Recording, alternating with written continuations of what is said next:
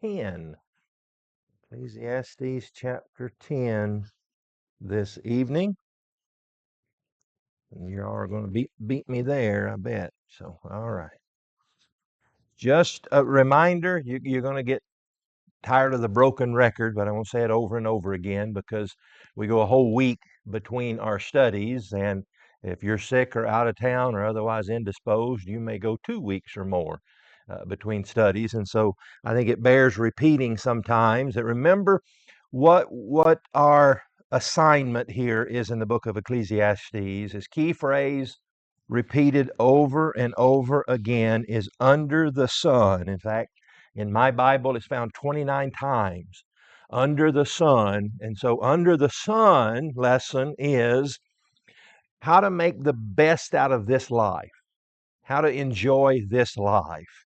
And he really has, if I'm just oversimplifying it, two pieces of advice about just enjoying life under the sun.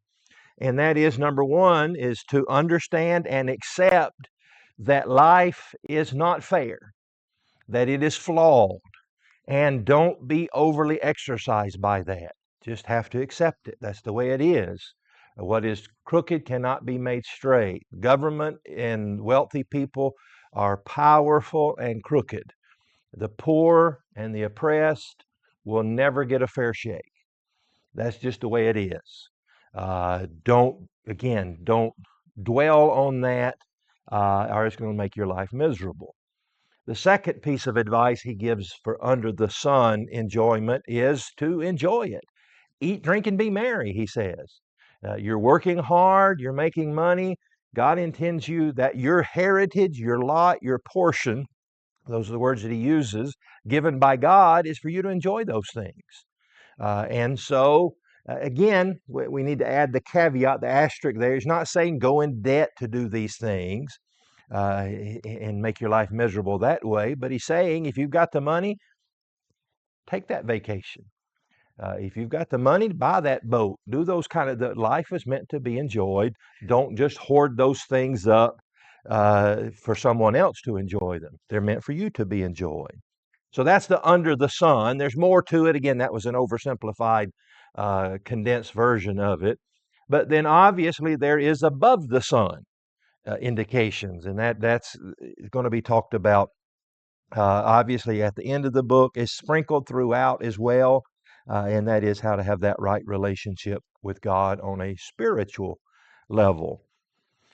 Now, when we find ourselves in chapter 10, we've got a challenge. Chapter 10 is one of those chapters where the difficulty doesn't lie in the language itself. I think we're going to be able to understand pretty easily what every verse says. But the challenge comes, and this is often the case in Old Testament literature, I find, is not necessarily understanding the words or the sentences, but to back away and say, okay, well, what do I do with that? What's your point? I understood what you said, but what am I supposed to do with that? And I think that's the way I view chapter 10 is that, okay, all right, that makes sense. But then after I read 5 or 6 verses, I'm thinking, okay, well, but what's the point? I understand it, but what am I supposed to translate that? And so anyway, hopefully y'all can help me with that as we go through. So chapter 10 is, no surprise, a continuation of chapter 9. Don't let that chapter break fool you there. He's been talking about wisdom is superior to foolishness, but even wisdom has its shortcomings. And that thought and theme is going to continue through into chapter 10, especially the emphasis on the superiority of wisdom. Wisdom is better than folly. Wisdom is better than foolishness. So chapter 10 begins, dead flies putrefy the perfumer's ointment. It seems to me in some translations do that. I think we need to add the word as before that because this is going to be his point of comparison. Just like dead flies putrefy the perfumer's ointment. So let's just pause there and look at the illustration that here is this perfume that is a good thing. Smells good, has this good aroma, everything's pleasant, everything's good about it. But here's this fly, and I think we could get 2 points from this. Number one is that the fly is small in comparison to the whole bottle of perfume, but that one little small intrusion can ruin the whole thing. And I think another thing we need to do here is I don't know, I can't prove this, but I don't think he's talking about necessarily just your common small housefly. And a housefly is disgusting if you think about where he's been and what he's doing when he's sitting on your piece of apple pie there. But for the most part, if you don't fixate on that, it's just flies are just an annoyance. And I haven't done a deep research into this, but I haven't observed that a housefly smells bad. Now, maybe they do, but I haven't noticed that they have that bad odor and would ruin a whole thing. So he's probably not talking about just our common little house fly or a fruit fly. Think of maybe like a horse fly or something, a bigger bug that is going to be more putrid and more, disgusting in its smell. And so here is this good smelling thing. You add that little fly that is small in percentage, but it just kind of is going to spoil the whole thing, especially if it's rotting and stinking in that. So again, not just a fly that lights in the perfume and then flies away. Here's a fly that's there, it's dead, it's rotting, decaying corpse is in your perfume and has ruined it. And so as dead flies putrefy the perfumer's ointment and cause it to give off a foul odor. And so, again, this is a fly or flies, plural, that have done enough that it's just spoiled that whole bottle of perfume. So there's our comparison. So, as that is true, so this, what follows, is true. So does a little folly to one respected for wisdom and honor. And so, if you were just going to put that on your own in your own words, or come up with your own kind of saying, or maybe borrow a common saying, how would you rephrase that whole verse 1?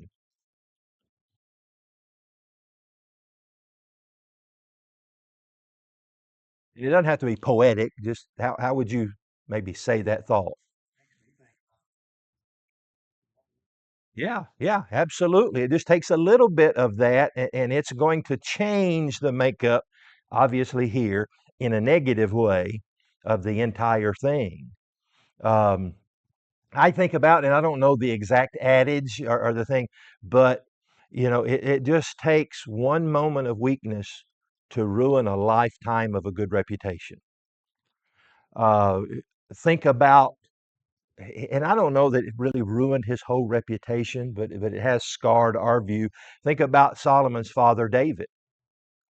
Here's a man after God's own heart, positive, but what one incident in his life do we mostly remember? The sin of Bathsheba, that one moment. And if you think about it, that was a brief amount of time in David's entire life. That incident of that one act, not to be too graphic here, but that one act of fornication was a minuscule amount of time in David's entire life of good things. But that's all it took, was that one little bad thing. And that is, it's the sad irony of life that one good deed doesn't give you a good reputation, does it? Doesn't work that way. But one bad deed can almost erase a whole lifetime of a good reputation. Think about a politician that here's somebody, a local politician that there's no term limits. And so here's somebody who's worked in the community and done great things as mayor or as a treasurer of a county or a city, that kind of thing, and does all those things and all the good that they've done. But one scandal, maybe they embezzled money from the county just one time, but that's what that person is going to be remembered for, isn't it? And so just like that little fly in volume is nothing, but it can ruin and putrefy the whole thing. Adam?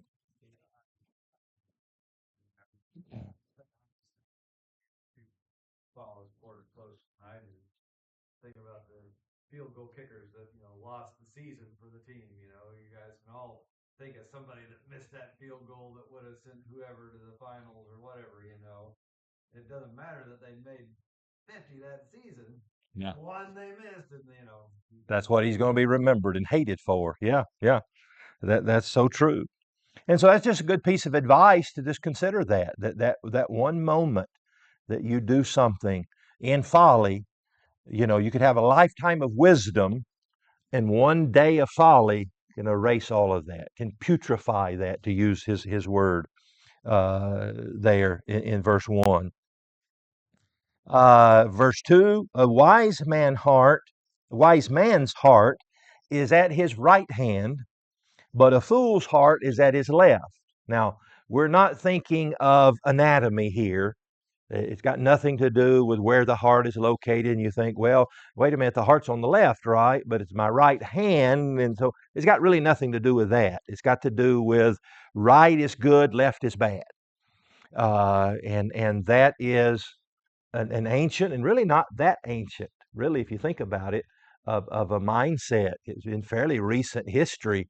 It was thought that if you were left-handed, there was something wrong with you.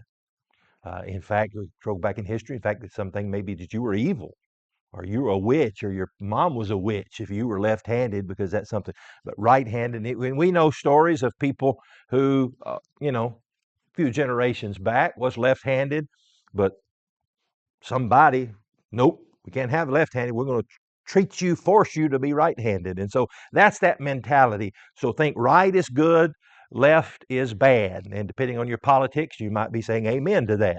But he says a wise man's heart is in his right hand. That's it. It's in the right place, we would say. But a fool's heart is at his left. It's in the wrong place. Right? Is that? And to think about throughout Scripture, talked about where is Jesus seated in comparison to God? At his right hand. And we even have the borrowed saying that he's my right hand man. Nobody ever says he's my left hand man. The right hand man is that position of strength and power and integrity. And so, wise man's heart does him good, foolish man's heart does him wrong. Even when, verse 3, even when a fool walks along the way, he lacks wisdom, and he shows everyone that he is a fool. So not only is the fool wrong, but he is so wrong that it can't be hidden. It's just all you have to do is watch that fool walk down the road, and you can figure out exactly who he is. It's just that apparent through his actions. I tried to think of a modern day saying to that. The one I think of is, you say if somebody ain't got enough sense to come in out of the rain. It's kind of that's the idea. As you're walking down the road, you can see that, in fact, he's going to go on to say he gets lost on his way home. And so his foolishness is apparent to all, is the idea. He shows everyone that he's a fool just by walking down the road. He shows everybody he's a fool. If the Spirit, verse 4, if the Spirit, and I'm going to ask you for help with your translations. The New King James says, if the spirit of the ruler rises against you, do not leave your post, for conciliation pacifies great offenses. And so I need some help with some big words there. The first word's not really big, but if the spirit of the ruler, you have a word different than spirit, anger, temper. That's probably the idea here, is that if your anger, your temper, if the ruler is angry at you, do not leave your post.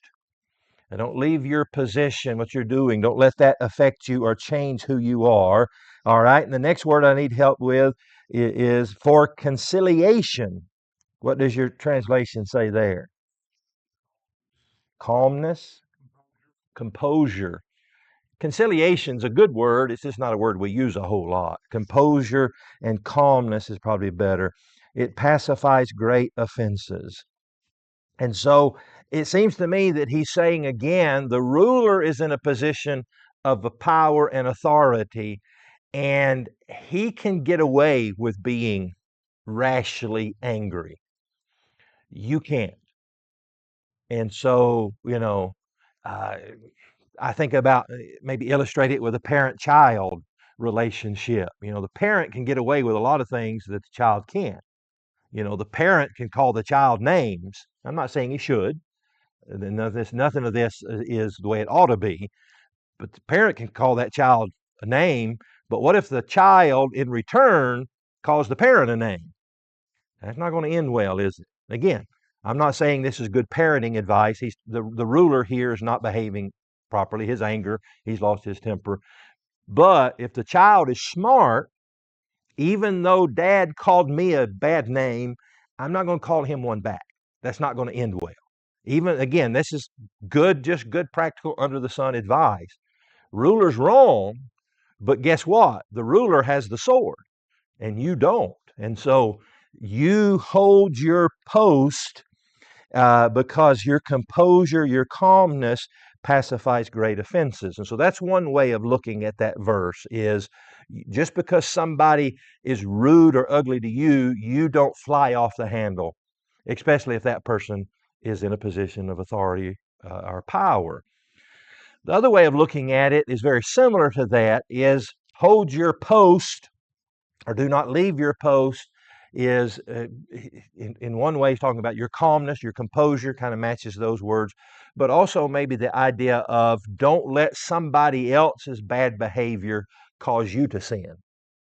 And so don't leave your post could either mean don't fly off the handle in retribution, anger, but also it might mean don't let it lose your composure spiritually. We used to teach our kids. Um, One of our favorite sayings was, "There's no excuse for bad behavior." The kid may be sick. Sick makes you grumpy, and we would always tell the kids, "Look, if you don't feel well, you can go lay down. You have a license to maybe lay down and not do your chores if you're sick, but that doesn't give you a license to act ugly just because you're sick and feeling ill." And that was the point we tried to get across to our kids that just because this happens, that doesn't give you a license to do bad and to lose your morals. And so this is either a more practical piece of advice. Ruler calls you a bad name, you can't call him one back because he's a powerful ruler. But also, ruler calls you a bad name, you don't call him a bad name back because you're a child of God and you shouldn't do that. And so, either way, don't leave your post could have those two meanings. Not a big distinction there, but there is one. Nick?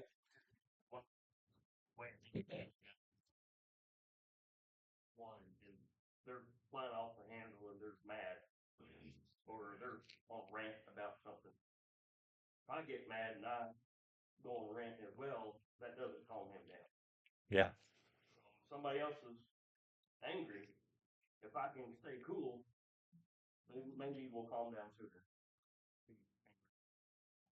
Yes. And that's the for composure pacifies great offenses. So that your composure, your calmness, some nice translation said, is going to maybe bring the temperature in the room down. So yeah, that's good. Either way of looking at it is good advice, right? And so we're in the chapter 10, by the way, is just right out of the book of Proverbs. This is all this is just kind of good practical sage advice of how to live your lives. There is an evil, verse 5, that I've seen under the sun, as an error proceeding from the ruler.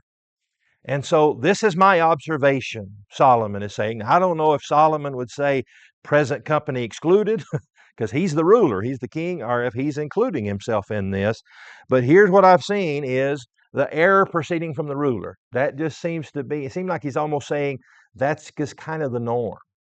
What's the old saying is power corrupts and absolute power corrupts absolutely. And so, it doesn't matter. Let's think about our politics. Doesn't matter Republican or Democrat, that they get to a power, we just almost just assume they're going to be corrupt, don't we? That somebody's paying them off, some PAC or some other thing is funding their campaign, and so now they're going to make laws to favor. We depending upon your politics, you might think one party's more corrupt than the other, but if we're honest, We're suspicious about all of them, aren't they? That's just kind of the way it is. And I think that's what he's saying, that there's error proceeds from the ruler. Folly is set in great dignity. The NIV says, fools are put in many high positions. Can I get an amen there? That just seems like that we, and how many times, and I don't have a particular president in mind, but how many times have we had an election where this is the Democrat running and this is the Republican running, and you sit there and you watch TV or watch their debate and you think, these are the two best people in our country? Really? We don't have anybody besides these two clowns that can run, and that may be true on a governor, mayor, all those kind of things. That fools are put in many high positions, while the rich sit in a lowly place. Now, a little bit of change of pace here. Many times, the scriptures, the proverb writer, the wise man here will equate a ruler with the rich. But here he's saying that a fool's been put in this position while the rich sit in a lowly place. Well, here the rich isn't a negative. Oftentimes it is in Scripture, right? The rich are looked at as being. But here's, I think, the idea. Here's somebody who's successful in business that has shown wisdom to get that wealth. And they're in a low position, and here's some clown that's never worked a day in his life, that's never worked in a business and had wise business decision. He's the ruler, telling us how to do these things. And there's the unfair juxtaposition that here, when you see that word rich in this verse, think somebody who's successful in business. That he's not in the position of power, but this fool is, who again has no business being there. I have seen servants on horses while princes walk on the ground like servants. Now, you think about now, if Solomon were reading this to us, we'd say, now, Solomon, when did you see that? When did you see a servant riding on the horse and the prince walking beside that? It seems to me that what he's saying is maybe not in some literal sense, but just like that. I've seen the guy who ought to be the boss. In fact, think about maybe some job you worked before that you maybe you're new on the job, and here's some old seasoned gray-haired guy that's down on the line with you, and you work there about a week, and you're thinking, why isn't that guy the boss? He's down here on the floor with the rest of us, but he knows more about this business and how the things run.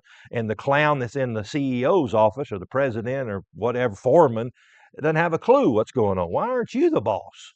You know more about this company than that. And I think that's the idea. Not that a literal servant is riding a horse while a literal prince. That rarely happens. But what might happen is that the guy that's on the horse needs to be the guy walking, and the guy walking needs to be the guy, in the CEO office. Seems to me what he's saying. Larry? She was over the entire unit, of the organization, and she promoted people within that were really good at sucking up to her and really terrible at their job. But that's how he got promoted, and the people who actually did, Yeah. and they were have the people getting rewarded that don't deserve it. It just poisons the whole thing. The fish rots from the head. Yeah. It's kind of seems like ruler's a fool, and promotes fools into positions of authority. The whole thing just comes crashing down. Yeah. And so to me, what he's saying is not the prince is walking, but the guy who ought to be the prince is walking.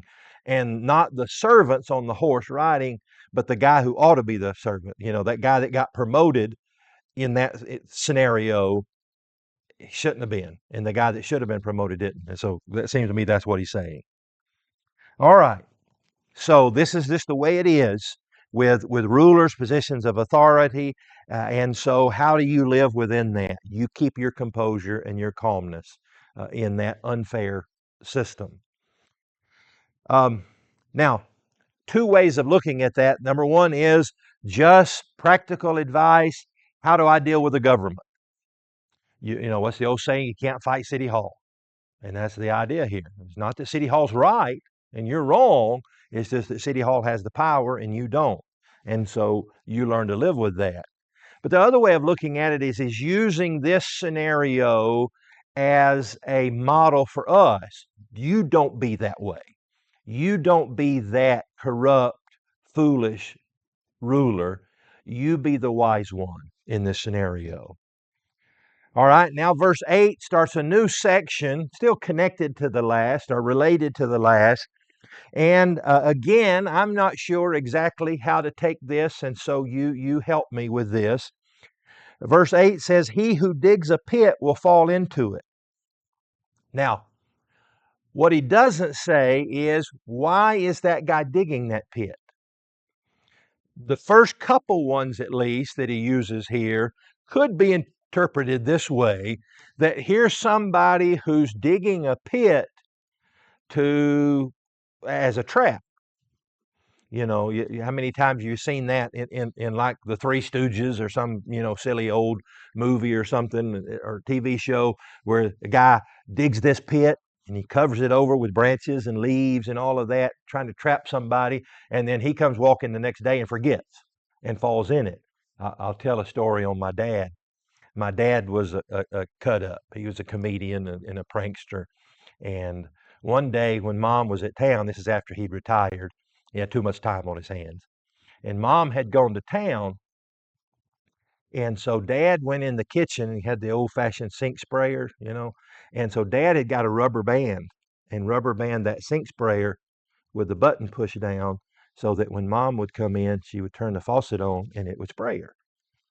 Hilarious, he thought. And so dad did that. But what dad didn't factor in, two things he didn't factor in, was when mom went to town, she was in town for the day. And dad's memory wasn't what it used to be. And so he had gone outside and was working and come in to wash his hands and turned the sink on. And guess who got sprayed? And so is he saying that here's somebody who's digging a pit for nefarious purposes, that it's going to fall on him? That fits the first two or three, but the other ones after that, it maybe doesn't fit as well. And so two ways of looking at this: that the action that's being done is, again, a nefarious action, and it often backfires on you. The other way of looking at it is that bad things just happen. And so maybe you're digging a pit not for a bad purpose.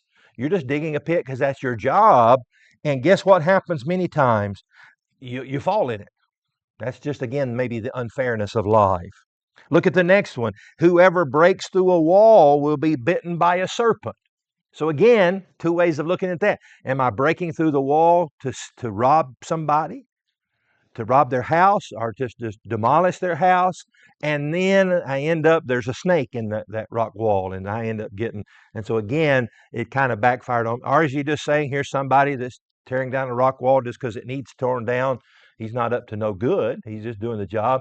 But what happens? So many times, it's just the old saying, you swing a hammer enough, you're going to have blue thumbnails, aren't you? It just, not that you were swinging the hammer in a bad way or for bad purposes. It's just bad stuff happens, maybe is what he's saying. He who quarries stones may be hurt by them. So there's where it makes me think, well, okay, maybe those first two things weren't for bad purposes, because how do you quarry a stone to hurt somebody? It just seems like that's just saying that's your job. You're quarrying stones, you're going to be hurt by them. And if you've done an occupation long enough, particularly an occupation that carries with it certain dangers, it's not a matter of if, it's when. If you drive a bus or drive a car or drive a truck for a living, it's just a matter of time before you have a car accident. Not because you did anything wrong or because it's just, you're going to do that. Again, if you're a carpenter and you swing a hammer, it's not a matter of if, it's just when you're going to smash your thumb. If you cut meat for a living, it's just a matter of time that you're going to cut yourself with that knife. And so it seems to me that maybe is the point, rather than that these actions, the first two were vindictive because they don't line up with the latter ones, seems to me. And he who splits wood may be endangered by it. So again, I don't see that as ever being a bad thing, splitting wood. But again, you split wood long enough, you're going to either hit yourself, chop yourself with the axe, or the wood's going to fly up and hit you. That's just the way it is. If the axe is dull and one does not sharpen the edge, then he must use more strength. But wisdom brings success. Or I think one translation says, but wisdom is a successful advantage. And so it seems to me that he's saying that in these lines of work, whether you're digging a pit, tearing down a wall, chopping wood, or quarrying stone, that those carry with it some inherent dangers and difficulties and have some negative aspects to it. But if you employ wisdom, you can lower those, can't you? Hey, let's think about it. If you've ever smashed your thumb with that hammer, you probably were mad at yourself, not mad at the hammer. Maybe first glance you're mad at the hammer, but you think about it, like, what, you dummy? You know, I knew better than that, but I did something, that I shouldn't have. Or, you chopping wood and you hurt yourself, and you're probably thinking, that was my fault. I should have known better. I wasn't doing it the smart way. And so the modern day adage is work smarter, not harder. That if you're chopping wood, a sharp axe is going to make that job better, quicker, and easier. And so employ that wisdom, and that wisdom is going to give you an advantage. And those bad things maybe won't happen as often if you employ that wisdom. That's my best take on those verses. Anybody have anything better about it? Like I said, when I start reading verse 8, I think, oh, that's kind of the Haman's gallows kind of thing there. But then when I keep reading, I go, well, no, maybe he's not talking about bad actions. Verse 11, a serpent may bite when it's not charmed. We're probably a little bit familiar with that, if nothing else, watching movies of the cobra charm. That's an ancient practice, the idea of charming that snake and bringing it under control. And if that snake is not brought under control and charmed, it's probably going to bite you. It's dangerous, in other words. The words of a wise man's mouth are gracious. Or, excuse me, I didn't finish that verse, did I? The babbler is no different. Literally, the babbler is called the master of the tongue. Just somebody that just talks all the time, runs their mouth. That's the same way. And I think about James. James talks about the danger of the tongue. And so here it is that the tongue is like a snake. If that snake can be charmed and tamed, then it's not as dangerous. But just left on its own, that snake's going to bite you. And so he says the babbler the same way. The tongue is the same way. If you don't have some kind of control, if you can't tame that tongue, it's going to be dangerous. It's going to get you in trouble. And so the advice here, of course, is to control your speech, control your tongue. Adam, did I see? Would be advice used for yourself or treated yourself and others.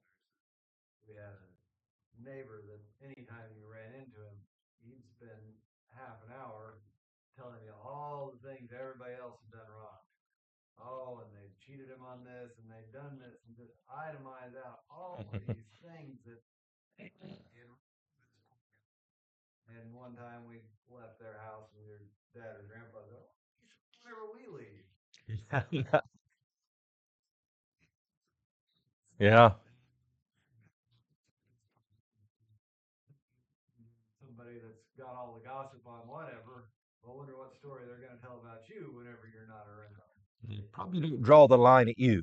Yeah, is the idea. If they're bad mouthing or gossiping about others, they're going to do that about you. And so, um, verse 12, the words of a wise man's mouth are gracious, but the lips of a fool shall swallow him up.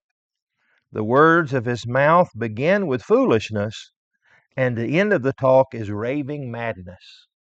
And so again, I'm full of switching this into modern day sayings. The modern day saying is, what's that? Better to be thought a fool than to open your mouth and remove all doubt. That's the idea that a wise man, in fact, lesson number one is you can judge that person by their speech, whether they're a wise man or they're a fool. And here's how you judge them. The wise man's words are gracious, they're pleasant, Everybody likes to be around that person and hear what they have to say, but the lips of a fool is going to swallow him up. Again, we say, that mouth's going to give you problems. You're going to get in trouble one of these days.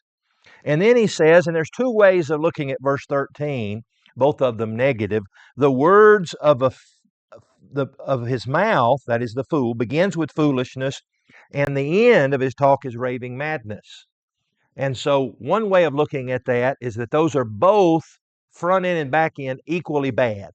And so from start to finish, he's an idiot, is one way of looking at that. He starts with foolishness, ends in raving madness. The other way of looking at it is that it begins with foolishness. And maybe look at that as being, it's not that bad. It's just silly. It doesn't make much sense, but that's just him. But if he talks long enough, then it just becomes raving madness. And so it started out like, ha ha, that old the fool, everybody just laughing at him. Look what he says. But if he keeps going, then it just becomes worse. And so there's the two ways of looking at it. One is that foolishness and raving madness are basically the same, and that's saying everything he says from start to finish is stupid. The other way is it starts out just kind of harmless foolishness, but then ends up far worse position of raving madness. Neither one of them are good, and his lips are swallowing him up. And let's not miss that play on words at the end of verse 12. The lips of the fool shall swallow him up. That's what lips are to bring the food in and to swallow. But here, his lips are swallowing himself. He's swallowing himself up. He's doing himself harm. A fool, and boy, can't we attest to this, verse 14, a fool also multiplies words. If you think about most of the wise people in your life, they were the quiet ones, weren't they? There's exceptions to every rule, but it's usually that person that's sitting over there, either in a men's business meeting at church or in some corporate meeting at work and wherever in life, and he's just sitting there and he's just quiet, and you're just waiting back. I want to wait to hear what he says. And everybody's just jabbering and jabbering, and then finally he speaks, usually the last one to speak, says just the one short sentence or two, and you go, oh, well, there it is. There's that wisdom. But the words of the fool, it multiplies. He multiplies words. No man knows what it is to be. And in that, we can attest to that. You got no idea what he's going to say and where this is leading. And who can tell what will be after him? Verse 15, the labor of fools wearies them, for they do not even know how to go to the city. And so again, that saying, they don't have enough sense to come in out of the rain. Their labor wearies them. And we can probably relate to that. Maybe look at yourself sometimes or look at others. Have you ever done something and you get done with it and you think, that was the hardest way possible to do that? If I'd have been smart and thought about it, or I'm talking to the men now, if I'd have read the instruction booklet, I could have done this in 15 or 20 minutes. And it's ended up, it took me 3 trips to Lowe's and 2 trips to Home Depot and all day long to do it because I didn't employ wisdom. And again, I'm looking at myself in the mirror there. If I'd have just done it this way, because I didn't know what I was doing. And so again, maybe the big overarching lesson, again, we pause and say, all right, I understand that, but what am I supposed to do with that? I think he's just saying, choose wisdom over foolishness. The fool multiplies words, the labor of fools wearies them, for they don't even know how to go to the city. And so they're doing everything the hardest way possible. Draw a line in your mind, at least, from verse 15. The labor of fools wearies them, for they do not even know how to go to the city. Back to verse 10. If the axe is dull and one does not sharpen the edge, then he must use more strength. But wisdom brings success. And so a smart guy, and again, man, I'm talking to myself here, that how many times have I been doing that? And I'll just use his illustration, been chopping wood, and I didn't want to take the time. I don't want to have to stop and get the file out or whatever, the grinder, whatever, and sharpen this axe. And so I'm just going to keep using this dull axe because that's going to take too much time. When in reality, once I think about it, that 10, 15 minutes of sharpening the axe would have cut 3 hours off of my chopping wood. So it really didn't take that much time. And the wise person relates to that. And so his labor, he says, is multiplied because, and it wearies him because he's not working smart. We say if a person like that at work, we say it probably takes them an hour and a half to watch 60 Minutes. Oh, yeah, yeah. So that's a good way of saying it. It wearies them because they don't know how to go to the city even. All right, now verse 16. Again, we just got proverb after proverb here. Woe to you, O land, when your child is a king. Or excuse me, when your king is a child. I'll say that right. Woe to you, O land, when your king is a child. Now, here's my interpretation of that.